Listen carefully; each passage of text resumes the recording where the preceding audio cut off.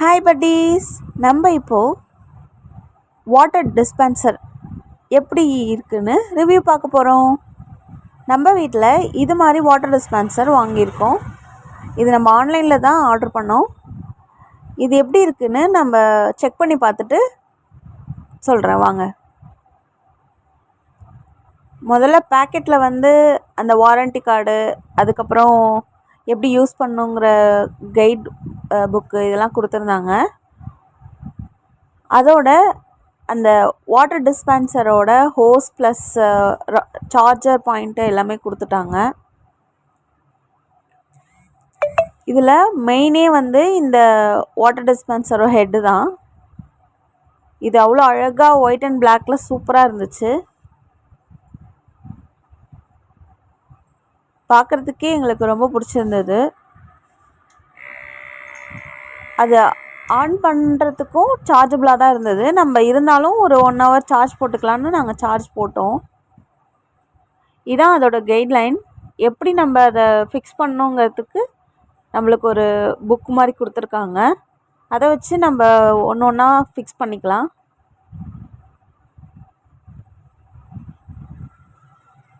இதில் என்ன சொல்லியிருக்காங்கன்னா, நம்ம வச்சுருக்க அந்த ஹோஸை ஒரு ஹாட் வாட்டர் யூஸ் பண்ணி ஒரு 5 minutes ஹோல்ட் பண்ண சொல்லியிருக்காங்க.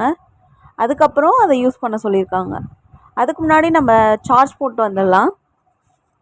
சார்ஜர் பாயிண்டில் சார்ஜ் இது பண்ணிவிட்டு நம்ம இதோட பேக் சைடில் ஒரு பின் போடுறதுக்கு ஒரு இடம் இருக்குது. அதில் சார்ஜ் பண்ணிடலாம். அது சார்ஜ் போடுறப்போ ரெட் கலர் தான் லைட் எரியும். அது க்ரீன் கலர் வர வரைக்கும் நம்ம சார்ஜ் போட்டுக்கலாம். அதுக்குள்ளே நான் ஒரு ஹாட் வாட்டர் ரெடி பண்ணிவிட்டு அந்த டிஸ்பென்சரோட ஹோஸ் அதில் ஒரு 5 minutes வச்சுக்க போகிறேன். இந்த டிஸ்பென்சரோட ஹோஸை நான் பிரிச்சுட்டு அந்த வாட்டருக்குள்ளே இன்புட் பண்ணிக்கிறேன். வாட்டர் ஹீட்டாக இருக்கான்னு ஒரு தடவை செக் பண்ணிக்கலாம்.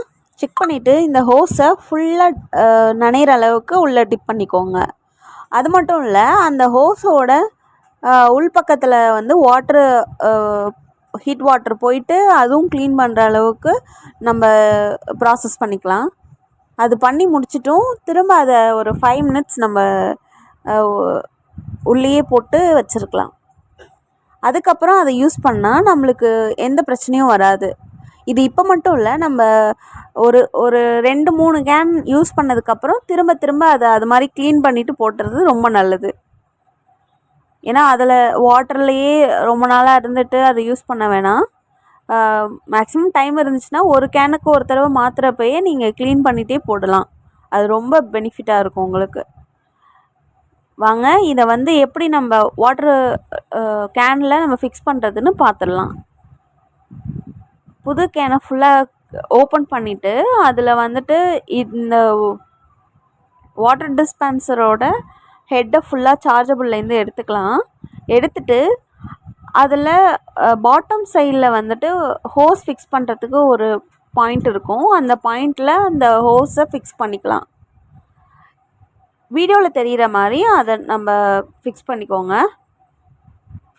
ஃபிக்ஸ் பண்ணிவிட்டு அதுக்கப்புறம் அந்த ஹோஸை ஃபுல்லாகவே எடுத்து அந்த கேனுக்குள்ளே ஃபுல்லாக இன்புட் பண்ணிவிடுங்க. பண்ணிவிட்டு இந்த டிஸ்பென்சர் லாக் பண்ணுற டைப் கிடையாது. அப்படியே மேலே வச்சாலே போதும், சூப்பராக வாட்டர் நம்மளுக்கு வரும். இதில் அந்த ஆன் பட்டன் மாதிரி ஒன்று காட்டுறாங்க இல்லையா, அதில் நம்ம ஆன் பண்ணாலே வாட்டர் நம்மளுக்கு வர ஆரம்பிச்சிடும். நம்ம அது மாதிரி செஞ்சு பார்க்கலாம். இதில் டாப்பில் இருக்க அந்த ஆன் பட்டனை ஆன் பண்ணாலே வாட்டர் நம்மளுக்கு வந்துடும். வாட்டர் வர ஆரம்பிச்சிடும். இது நம்மளுக்கு ஈஸியாக இருக்கும். ஓகே ஃப்ரெண்ட்ஸ், இந்த வீடியோ உங்களுக்கு பிடிச்சிருந்தா வீடியோவுக்கு லைக் பண்ணுங்கள். அப்படியே சேனலை சப்ஸ்கிரைப் பண்ணிவிடுங்க. டாட்டா.